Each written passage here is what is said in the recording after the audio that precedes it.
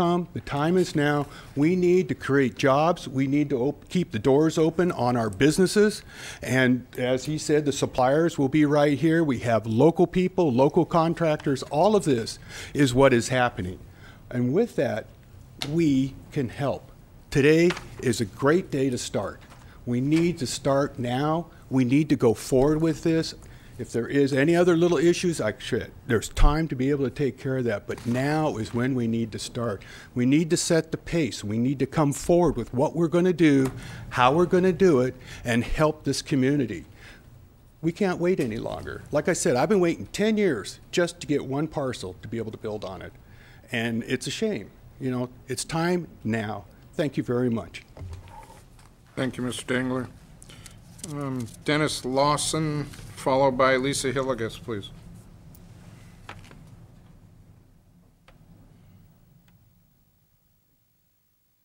Good afternoon. My name is Dennis Lawson. I live in Lake County in Kelseyville.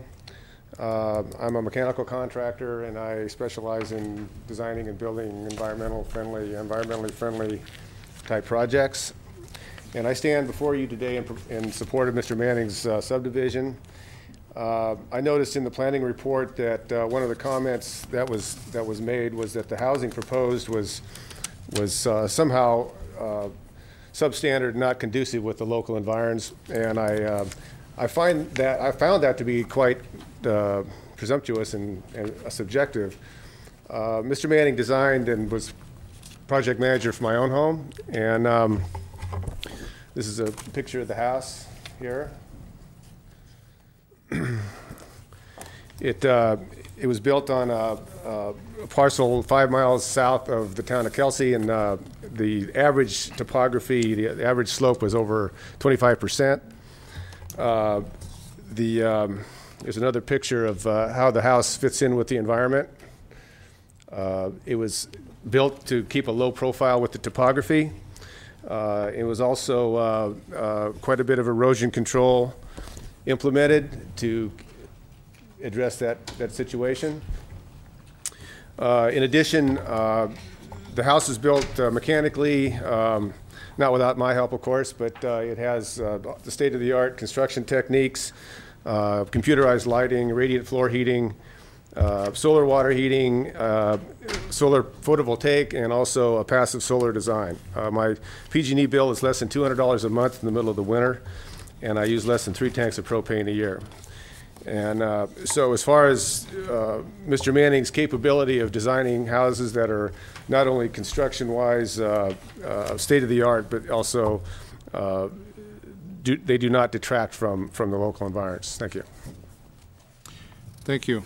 Lisa Hilligus, followed by Roger Wheeler.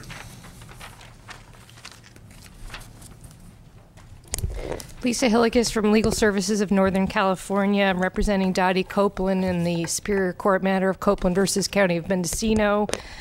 For the record, I'd like to say that I believe that the board doesn't have authority to approve any major subdivision at this time because the housing element is out of compliance with state law, therefore meaning that the general plan is out of compliance for state law. That's just for the record. But what I'd really like to talk about today is how we have this unique and rare opportunity to have a subdivision that's 18 to 35 units that is planned for Hopland, an area that is in dire need of housing that is affordable to not only the residents of Hopland, but other residents in Mendocino County. A couple weeks ago, you looked at a draft of the inclusionary zoning ordinance that would apply to this subdivision if it was already in existence. But there's nothing stopping the board right now to impose an obligation on this project that the tentative map or any future maps that are brought to you for this project be subject to an inclusionary zoning ordinance, which I believe is very close to coming before you in its final form. In its current form, you would get at least 3 to 4 units out of this project. The staff report makes mention that this isn't a project that would be terribly conducive to building affordable units on the project, and that very well may be so, but it wouldn't stop the county, and the county should not be stopped with imposing an obligation that there be some form of affordability built into this project, either via an in lieu fee or alternatives that the other land donations or other areas where affordable units could be built, either in Hopland or an area that needs affordable housing. You've got a farm worker housing survey that you did that shows that there's over 2,000 farm workers in this county who are here over 9 months out of the year who need housing. There's over 3,000 units needed in Mendocino County for moderate income families to low, very, very low and low. This is a great opportunity to start the ball rolling. I think it's an interesting project. We don't have very many coming our way. And that at this point, this is one way that you can assist to not only get a project that could possibly help Hopland, but also help our affordable housing needs. My last concern is about the Hopland PUD and they're finding that there are 16 hookups versus 18. There are 17 remaining parcels. Hopland Utility District, Public Utility District, does have an obligation to give priority to affordable housing. All water districts have that priority imposed on them. I don't believe Hopland has really examined that as an issue, and I do have a remaining concern for those 17 other parcels that water not be used up for an above moderate, possibly the last water that's available in Hopland for some time, for an above moderate of development when we need it for affordable development. Thank you. Any questions? Supervisor Smith, you have a question of the speaker? I do. Thank you, Mr. Chair. Ms. Hilligus, perhaps you could reference one of your earlier comments that talked about the applicability of the county applying what might be shortly forthcoming inclusionary housing zoning that the county is about to put in place. And I know in past discussions that sometimes there's a precedent, and I can't think of specifics right now, but I think often entities do this when